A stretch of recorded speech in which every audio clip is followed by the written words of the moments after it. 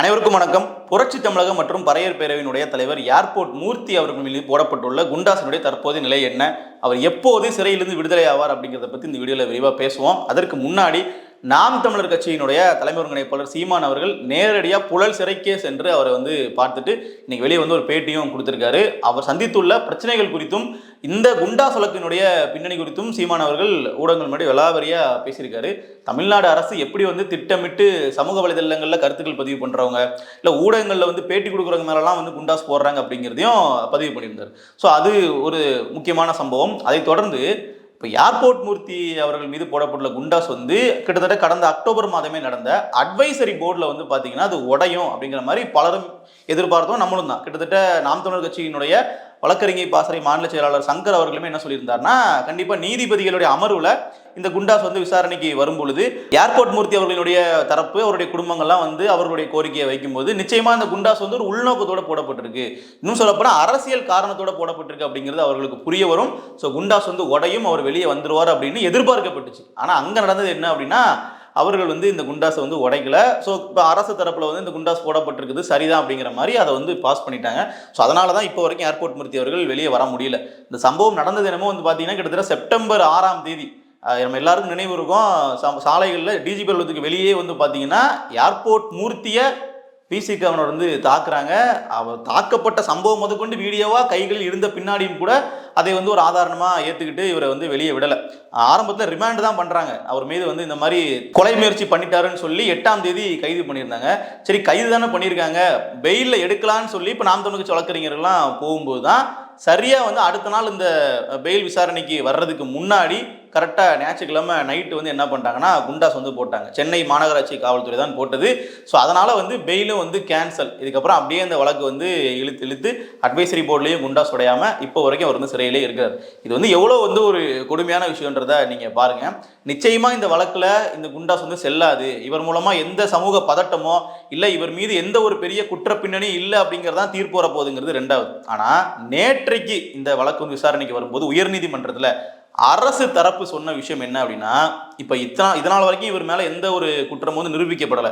இவர் குற்றவாளி அப்படிங்கிறதுக்கான எந்த ஒரு ஆதாரத்தையும் அவர்கள் ப்ரொசீட் பண்ணல. குண்டாஸ் அளவுக்கு சொல்கிறேன். இப்போ குண்டாஸ் போட்டிருக்காங்க அப்படின்னா ஒரு தொடர் குற்றவாளியாக இருக்கணும், ஒரு சமூகத்திற்கே அவர் ஆபத்து விளிக்கக்கூடிய நபராக இருக்கணும் இல்லையா? அந்த மாதிரி எந்த ஒரு வழக்கையுமே இது வரைக்கும் காட்டணும்னு வச்சுக்கோங்களேன். இப்போ நேற்று இந்த வழக்கு விசாரணைக்கு வரும்பொழுது அரசு தரப்பு சொன்னது என்னன்னா, எங்களுக்கு இன்னும் கொஞ்சம் கால அவகாசம் வேணும், நாங்கள் இன்னுமே இவர் மீது என்ன வழக்கு இருக்குது அப்படிங்கிறத பார்த்து நாங்கள் நீதிமன்றம் சமர்ப்பிக்கிறோம், எங்களுக்கும் டைம் கொடுங்கன்னு சொல்லி கேட்டிருக்காங்க. ஸோ நீதிமன்றம் அந்த டைம் கொடுத்துருக்காங்க. இன்னும் பார்த்தீங்கன்னா கிட்டத்தட்ட ஒரு மாத காலம் அளவுக்கு இந்த வழக்கு போகுன்ற மாதிரி சொல்கிறாங்க. அதற்கு முன்னாடி கூட அவர் வெளியே வரதுக்கு வாய்ப்பு இருக்குது. ஆனால் அதற்கு மேலே இவர் உள்ளே வைக்கவே முடியாதுங்கிற இடத்துக்கு இந்த வழக்கு வந்துருச்சு. ஸோ நிச்சயமாக இன்னும் ஒரு மாதத்திற்குள்ளே வெளியே வரதுக்கான வாய்ப்புகள் தான் இருக்குது. ஸோ அரசு தரப்பில் இந்த டிசம்பர் வரைக்கும் அவரை வெளியே விட்டுறக்கூடாது, ஸோ அடுத்த ஆண்டு ஆரம்பத்தை கூட வெளியே விட்டுக்கலாங்கிற மாதிரி தான் இருக்காங்கன்ற செய்திகள்லாம் வருது. ஸோ எது எப்படி இருந்தாலும் கிட்டத்தட்ட ஒரு ஹார்ட்லி ஒரு 1 மந்த் தான், அதுக்கப்புறம் அவர் வெளியே வந்துருவார். ஏன்னா நிச்சயமாக நீதிமன்றத்தில் வழக்கு நிற்க போகிறது கிடையாது. ஏன்னா இவர்கள் எந்த வழக்கை எடுத்து கொண்டு போய் நீதிமன்றத்துக்கு போனாலும் அதில் ரிமாண்ட் பண்ணுறது கஷ்டம். ஏற்கனவே சைதாப்பேட்டை நீதிமன்றத்தில் ராயப்பேட்டை வழக்கில் பார்த்தீங்கன்னா இவர் ஒரு நிலத்தை அபகரிக்க போயிட்டார் அப்படிங்கிற ஒரு வழக்கில் இவருடைய பேர் எஃப்ஐஆரில் முதல்ல இல்லைன்னாலும் திருப்பி தனியாக சேர்த்துட்டு அந்த வழக்கை கொண்டு போய் சேர்க்கும் பொழுது இல்லை, இதில் முகாந்திரம் இல்லை, இவரை இதில் ரிமாண்ட் பண்ண முடியாதுன்னு சொல்லி நீதிமன்றம் சொல்லிடுச்சு. ஸோ அதற்கப்புறமா இப்போ வரைக்கும் புதுசாக எந்த வழக்கையும் சேர்த்து அவர் மீது குண்டாஸ் ஜஸ்டிஃபை பண்ணவே இல்லை. இருந்தாலும் பார்த்தீங்கன்னா வெளியே விடக்கூடாதுங்கிற போக்கில் இந்த வழக்கு அப்படி தள்ளி தள்ளி கொண்டு போயிட்டே இருக்கிறாங்க. அதுவும் ஒரு முடிவுக்கு விரைவில் வரும். ஆனால் இது கூடவே இன்னொரு விஷயமும் நடந்திருக்கு. அதாவது நாங்கள் இறுதி விசாரணை எடுத்துக்கொள்கிறோம் அப்படின்னு உயர்நீதிமன்ற நீதிபதி சொல்லியிருக்காங்க. அதுக்கு என்ன அர்த்தம்னா, இதுக்கு மேலே பார்த்தீங்க அப்படின்னா இந்த வழக்கை இழுத்து கொண்டு போகாமல் இருக்கிற அளவுக்கு இது நாங்கள் விசாரித்து நாங்கள் முடிவு சொல்லிடுறோம் அப்படிங்கிறதுக்கான பொருள் தான் அது. ஸோ அந்த இறுதி விசாரணை அப்படிங்கிறது இனி அடுத்த ஹியரிங்கில் வரும். அப்படி அந்த அடுத்த ஹியரிங் அப்படிங்கிறது தான் இதற்கான ஒரு கடைசி விஷயமா இருக்கும். ஏன்னா அதுக்கு மேலே அந்த வழக்கு இழுத்து கொண்டு போகிறதுக்கு அரசாங்கத்துக்கிட்டேயுமே சரியான பாயிண்ட்ஸ் இருக்காது. அப்போது நீதிபதி அவர்கள் அரசு தரப்பு கேட்ட அந்த டைமையும் கொடுத்துருக்காங்க. அதே சமயத்தில் இறுதி விசாரணையை நாங்கள் நடத்துவோம் அப்படிங்கிற மாதிரியும் இப்போ நாம் தமிழ் கட்சி தரப்புக்கிட்டையும் சொல்லியிருக்காங்க ஏர்போர்ட் மூர்த்தி அவர்களுடைய வழக்கறிஞர்கள்கிட்ட.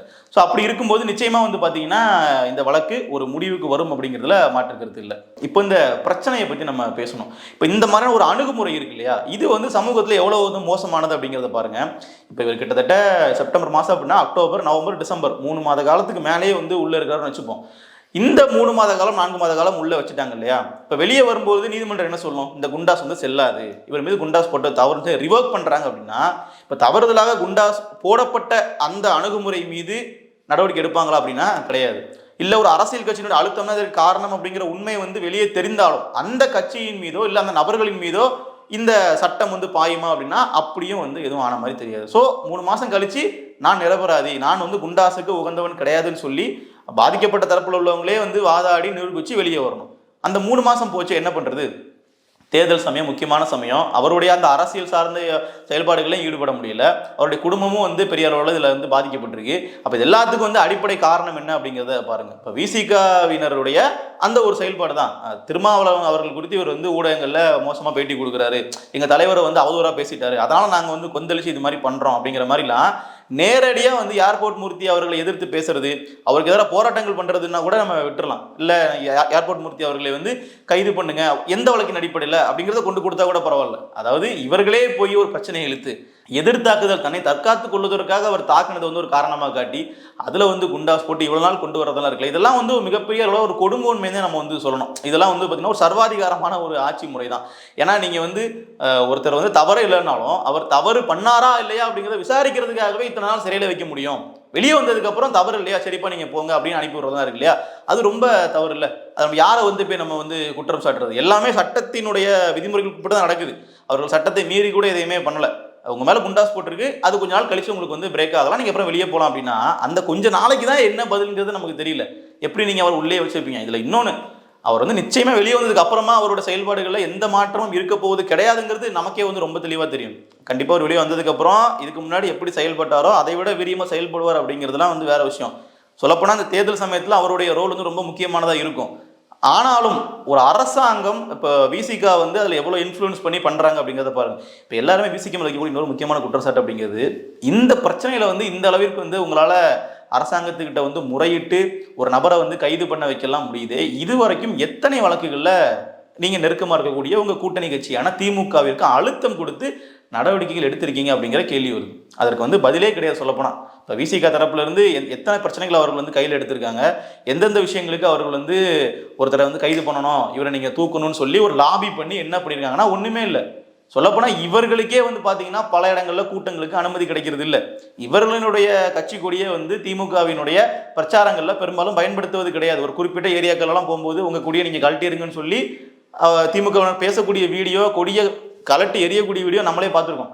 அப்போ நீ எந்த இடத்துல பட்டியலின சமூக மக்களின் அதிகாரத்தை வந்து பேசணும், எந்த இடத்துல வந்து தனிப்பட்ட முறையில் அதை டீல் பண்ணணும்னு இருக்கு இல்லையா? இப்போ இந்த பிரச்சனையை திருமாவளவன் அவர்கள் நேரடி ஏர்போர்ட் மூர்த்திகளை கண்டித்து பேசியிருக்கலாம். இல்லை சரி, நான் விசிகால உள்ள திருமாவளவன் அவர்களுக்கு கீழ்மட்ட பொறுப்பாளர்கள் வந்து பேசியிருக்கலாம். அவர்களும் பேசலை. நேரடியாக யாருன்னே தெரியாத எங்கள் தலைவர் திருமாவணி பேசுவியா, எங்கள் தலைவர் திருமாவணி வந்து இப்படிலாம் பொது வழியில் பேசுவியான்னு சொல்லி செருப்பை கலட்டி வீசி கல் எடுத்து அடிக்க வந்து கையில் கிடைக்கிற பொருளெல்லாம் எடுத்து அடிக்க ஒரு சம்பவத்தை வந்து அப்படியே அரங்கேற்றி இப்படி வந்து கைது பண்ண வச்சுருக்காங்க. இதை வந்து எல்லா மக்களும் பார்க்குறாங்க. இது வந்து அந்த வீடியோ வெளியாகலைன்னா கூட ரெண்டு தரப்புலையும் ஒன்று சொல்கிறாங்க, எது உண்மைன்னு தெரியலன்னு நம்ம பேசலாம். வெளிப்படையாக வந்து வீடியோ சமூக வலைதளங்களில் இருக்குது. அப்படி இருந்த போதும் இவர்கள் வந்து தங்களுக்கு ஏற்ற மாதிரி சட்டத்தை வந்து மிஸ்யூஸ் பண்ணிக்கிறாங்க அப்படின்னா அது எவ்வளோ ஒரு மோசமான போக்குன்றதை பாருங்கள். இதை தான் நம்ம ஆரம்பத்திலே சொன்னோம். அப்போ நாளைக்கு திருமாவளவன் அவர்கள் தலைமையில் ஒரு ஆட்சி அமைந்தால் இந்த விஷயம் தொடருமா? நீங்கள் இதே மாதிரி வந்து பார்த்தீங்கன்னா உங்களுக்கு ஏதுவாக இப்போ திமுக எப்படி அவங்களோட அதிகாரத்தை வந்து மிஸ்யூஸ் பண்ணுறாங்களோ அதே மாதிரி தான் நீங்களும் பண்ணுவீங்களா? நீங்கள் இப்போ எந்த விதத்தில் வந்து ஒரு மாற்றாக இருப்பீங்க? இப்போ நீங்கள் வந்து நாங்கள் ஆட்சிக்காக தான் நாங்கள் வந்து கூட்டணியில் இருக்கிறோம், எங்களுக்கு 4 எம்எல்ஏக்கள் இருந்தால் தான், எங்களுக்கு 6 எம்எல்ஏக்கள் இருந்தால் தான் நாங்கள் பேசுறது சட்டமன்றத்தில் ஒலிக்கும், அது மூலமாக வந்து மக்களுக்கு உரிமை கிடைக்கும்னு பேசுகிறாங்க இல்லையா? நாளைக்கு நீங்கள் 6 சட்டமன்ற உறுப்பினர் இல்லை 60 சட்டமன்ற உறுப்பினர் வந்துட்டீங்க அப்படின்னா, இல்லை 200 உறுப்பினர்கள் ஜெயிச்சு நீங்களே வந்து திருமாவளவன் அவர்கள் முதலமைச்சர் ஆயிட்டார் அப்படின்னா அப்போவும் இந்த விஷயம் தொடருமா? அப்போவும் நீங்கள் இப்போ பண்ணிட்டு இருக்கிற அதே விஷயங்கள் வந்து இன்னும் ஒரு பெரிய ஸ்கேலில் பண்ணுவீங்களா அப்படிங்கிற ஒரு கேள்வி வருது இல்லையா? ஏன்னா திமுக கூட வந்து பார்த்தீங்கன்னா வம்படியாக இப்படி ஆள் அனுப்பி ஒரு குண்டாஸ் போட வச்சு அந்த மாதிரியான ஒரு சிஸ்டமாக இதுக்கு முன்னாடி பண்ணதா சமீபத்தில் ஞாபகம் இல்லை. ஆனால் அது விசிகா வந்து பண்ணுறாங்க திமுக துணையோட. அப்போ நாளைக்கு விசிகாவே வந்து ஒரு சுப்ரீம் அத்தாரிட்டியாக வந்துட்டாங்க, ஒரு சிஎம்மாக வந்துட்டாங்க அப்படின்னா இவர்கள் தலைமையிலான அரசு எந்த அளவிற்கு வந்து ஒரு சர்வாதிகாரத்தன்மையிடம் இருக்கும் அப்படிங்கிறத நம்ம பார்த்துக்கலாம். இவர்கள் வந்து பிஜேபியை சொல்லுவாங்க, பிஜேபி வந்து ஜனநாயகத்தை வந்து கழுத்தை நெரிக்கிறது, அப்படி பண்ணி இப்படி பண்ணுதுன்ட்டு. உண்மையிலேயே வந்து ஜனநாயகத்திற்கு எதிரான போக்கு கடைபிடிக்கக்கூடியது களத்தில் விசிக போன்ற கட்சிகளாகவும் இருக்குது அப்படிங்கிறதுக்கு இந்த ஏர்போர்ட் மூர்த்தி அவர்களுடைய வழக்கு ஒரு சிறந்த உதாரணம். இருந்தாலும் சட்டப்படி வந்து நாம் தமிழர் கட்சி அதை எதிர்கொள்ளும் அப்படிங்கிறத சீமான் அவர்களும் உறுதியாக சொல்லியிருக்காரு. நிச்சயமாக வெளியே கொண்டு வந்துருவாங்க. ஆனால் இந்த ஒரு 3-4 காலம் சிறையை வச்சதுக்கு இருக்கு இல்லையா, இதற்கு வந்து நிச்சயமாக விசிக வந்து வரக்கூடிய காலங்களில் பதிலளிக்க வேண்டிய சூழல் ஏற்படும் அப்படிங்கிறதான் உண்மை. நன்றி. ஒரு முகநூல்ல ஒரு பதிவிடுவது, ஒரு அரசுக்கு எதிராக ஒரு கருத்தை பதிவு செய்வது, பேசுவது, இது எல்லாமே வந்து குண்டாசு இதுல எது அது குண்டாசுக்குன்னு ஒரு வரையறை இருக்குல்ல, எதுல எதை செய்யறது. அப்போ கொலை பண்ண நாங்கெல்லாம் பார்க்கும்போது கூட்டமா போய் கொலை செய்யறது, அதெல்லாம் குண்டாசு ஆட்சி, குண்டாசு ரூல், இதெல்லாம் குண்டாசு வேலை அப்படிம்பாங்க. பேசுறது எழுதுறதெல்லாம் குண்டாசுல வந்துச்சுன்னா அப்ப உண்மையிலே குண்டாசு எது? மலையை வெட்டி கொண்டு போறவன், கொலை செய்யறவன், வன்புணர்வு செய்து கொலை செய்யறவன், ஊழல் லஞ்சம் பெறவன், மலைகளை வெட்டி ஏத்துறவன், மணல் அள்ளி விற்கிறவன், இந்த மாதிரி அநீதி செயலை செய்யறவன்லாம் நேர்மையால நல்லவன். இது அதை எதிர்த்து பேசுறவன் குண்டாசுன்னா இது எப்படி என்ன சொல்ல தோணுதுன்னா, அண்ணல் அம்பேத்கர் சொல்றாங்க அதிகாரம் மிக வலிமையானதுன்னு சொல்றாங்க. ஆனால் இந்த அதிகாரம் மிக கொடுமையானதா இருக்கு.